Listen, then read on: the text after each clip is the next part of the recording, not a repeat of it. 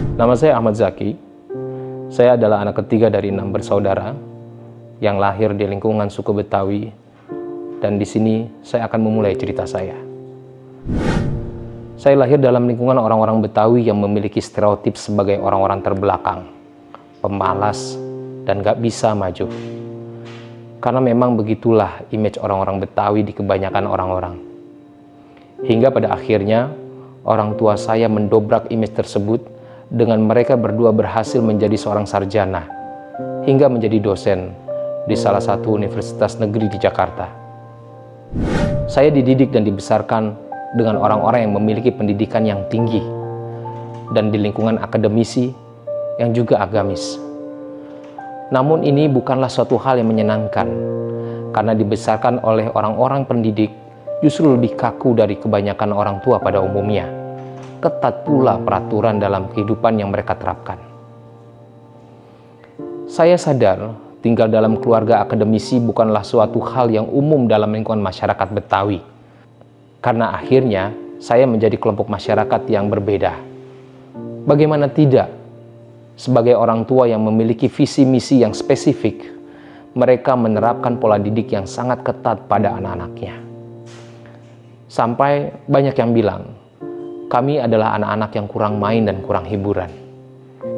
Bagaimana tidak, saat kami kecil bersekolah, mulai dari TK hingga lanjut pendidikan dasar. Dan di sekolah dasar ini, kami bersekolah pagi hingga sore. Pagi di sekolah dasar, pada umumnya jam 7 sampai jam 12 siang, lalu sore lanjut ke sekolah dasar Islam dari jam 13 sampai jam 17 sore. Dan begitu setiap hari. Selain itu saya hanya boleh menonton TV malam minggu dan minggu pagi saja. Hari-hari lainnya hanya boleh menonton berita di TV. Ketatnya orang tua mendidik, sampai setiap hari kami tidak boleh pulang lebih dari maghrib. Atau mendapatkan punish yang keras. Kalau nggak gagang sapu, ya gesper kulit. Namun di sisi lain saya bersyukur memiliki seorang nenek yang menjadi pelindung saya sejak dari kecil. Karena neneklah, biasanya beliau melindungi saya dari omelan orang tua. Apabila jika melakukan kesalahan. Bahkan tidak jarang nenek menjadi dokter bagi saya. Ya, kalau dihukum dan luka, beliau selalu mengobati. Saya sadar betul, orang tua memiliki peranan yang begitu kuat dalam pembentukan karakter saya ini. Hingga pada akhirnya, dengan sikon tersebut membentuk diri saya menjadi anak yang tidak manja, malah berusaha menjadi kuat dan mandiri. Apalagi saya sadar, saya lahir dari keluarga yang biasa saja, bahkan saudara yang banyak, hingga akhirnya harus banyak berbagi dan belajar mengalah. Dengan mengembangkan kesadaran diri, akhirnya saya mampu memahami diri ini, agar survive dalam berbagai kondisi, maupun keadaan yang tidak nyaman. Bahkan harus belajar berpikir out of the box dalam memahami permasalahan dalam kehidupan. Bahkan sejak kecil, saya ingat betul, saya harus belajar mencari uang sendiri, belajar nyemir sepatu, ngojek payung, ikut ngamen di jalanan. Bahkan saat bersekolah saya punya usaha sablon. Termasuk jika saya berkonflik di luar rumah, tidak pernah ada masalah di luar, saya bawa ke dalam rumah. Biasanya saya selesaikan di luar, bahkan tidak melibatkan keluarga ketika ada masalah. Saya ini berbeda. Ya, berbeda dengan saudara-saudara saya yang lain. Kecuali adik saya yang bungsu, karena dia special need, Down syndrome. Meski tinggal dalam kehidupan lingkungan akademis, di mana semua orang yang ada dalam rumah saya rata-rata sarjana, dosen, S1, S2, S3, saya malah memilih untuk memutuskan berbeda sendiri. Saya ingat waktu saat dulu saya masih SMA, saat orang-orang sibuk ikut les belajar untuk bisa masuk perguruan tinggi, saya malah ikut pelatihan, workshop, menjadi I.O. yang profesional. Dan mungkin itu yang menjadi salah satu penyebab. Saat lulus SMA, saya tidak lulus SPMB. Saya selalu berusaha memandang diri saya sebagai seorang yang mampu dan berharga. Bahkan ketika menghadapi kegagalan, saya mencoba untuk melihatnya sebagai kesempatan belajar daripada sebagai akhir dari segalanya. Dukungan dari keluarga, teman juga sangat berpengaruh dalam pembentukan self-esteem saya. Saya ingat doa orang tua saya saat saya memilih kampus yang berbeda dari umumnya anggota keluarga ini memilih. Beliau bilang, "Nggak apa Zak, kalau kamu punya pilihan beda, insya Allah Zaki akan lebih hebat dari orang lain. Bisa keluar negeri, bisa jadi orang berhasil." Dan doa-doa itulah yang membuat saya termotivasi untuk membuktikan kepada orang-orang yang memandang saya sebelah mata. Dan alhamdulillah, belum sampai usia 35 tahun, saya sudah punya rumah, kendaraan, aset, bahkan bisa memberangkatkan orang tua ke Tanah Suci. Integritas, nilai, dan keyakinan adalah fondasi utama dalam pembentukan karakter yang kuat. Saya selalu berpegang teguh pada nilai-nilai seperti kejujuran dan keikhlasan. Papa selalu bilang ke saya agar ikhlas dalam beramal, tidak menyebut-nyebut kebaikan. Dan mama juga selalu mengingatkan kepada saya agar jujur saat berinteraksi dengan siapapun. Jangan sampai merugikan orang lain. Biar mereka jahat, kita jangan. Karena itu, saya selalu berusaha memegang teguh prinsip-prinsip yang saya yakini, seperti rasa hormat terhadap orang lain dan tanggung jawab sosial. Karena saya ingat banget sejak kecil, orang tua saya selalu mengajak saya untuk aktif dalam kegiatan sosial, mendatangi orang-orang tua, keluarga yang lebih tua, menyambung silaturahim, bukan hanya pada saat lebaran, tapi di hari-hari biasa juga biasa kita lakukan. Itu juga yang mungkin menyebabkan jiwa sosial saya terbentuk. Maka saat ada tawaran untuk menjadi relawan dan turun membantu korban tsunami Aceh tahun 2004 silam, saya nggak pikir panjang. Dan saya ikut turun, meski salah satu konsekuensinya adalah saya harus drop out dari kampus di mana saya kuliah. Maka bicara tentang kerelawanan di dunia sosial, saya melihat ini adalah dua sisi mata uang yang tidak bisa dipisahkan. Dan sejak saat itu, akhirnya saya memulai mengambil dunia kerelawanan menjadi bagian hidup saya.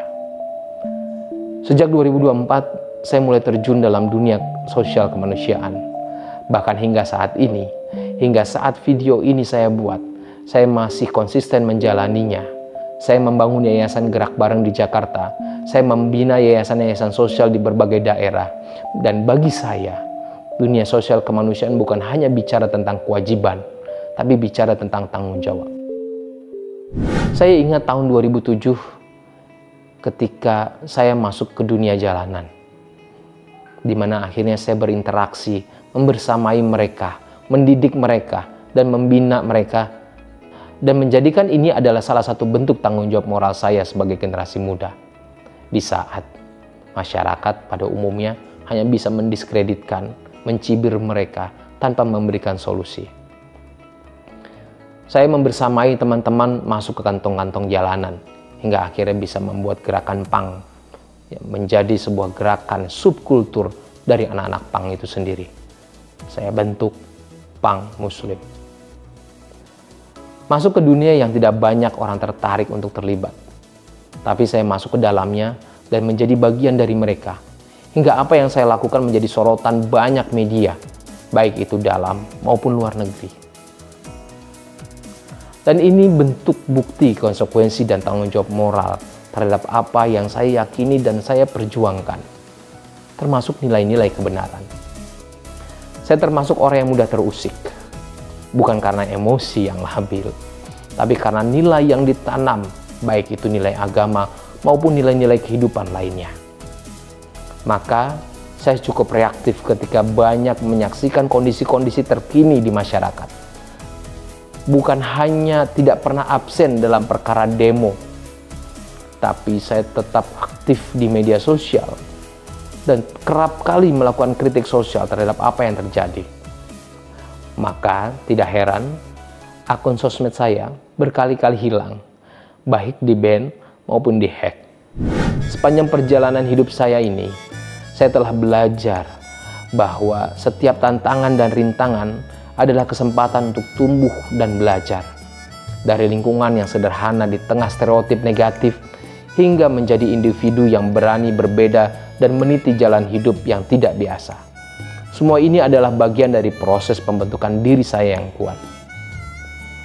Saya juga menyadari bahwa dukungan keluarga, terutama doa-doa dan motivasi dari orang tua, adalah salah satu pilar utama yang membuat saya tetap tegar dan terus berusaha. Meskipun jalan yang saya tempuh berbeda. Saya merasa bangga karena mampu membuktikan bahwa dengan tekad dan kerja keras, kita mampu mencapai apa yang kita impikan. Keterlibatan saya dalam dunia sosial kemanusiaan, akhirnya saya menemukan makna sejati dari tanggung jawab sosial dan kepedulian terhadap sesama. Menjadi relawan, mendampingi anak-anak jalanan, membersamai kaum duafa, dan berjuang bersama mereka adalah pengalaman yang memperkaya jiwa, memperkuat keyakinan akan pentingnya berkontribusi positif bagi masyarakat. Saya percaya bahwa setiap orang memiliki potensi untuk mengubah hidupnya dan meraih mimpinya, asalkan berani untuk berbeda dan tetap teguh pada nilai-nilai yang diyakini. Semoga kisah hidup saya ini bisa menjadi inspirasi bagi siapa saja yang melihat video ini, untuk tidak pernah menyerah, agar terus berusaha menjadi versi terbaik dari diri mereka sendiri. Dengan segala keikhlasan dan kerendahan hati, saya persembahkan video ini sebagai pengingat bahwa setiap perjuangan, seberat apapun itu, akan selalu membawa hikmah dan kebaikan di kemudian hari. Barakallahu fikum.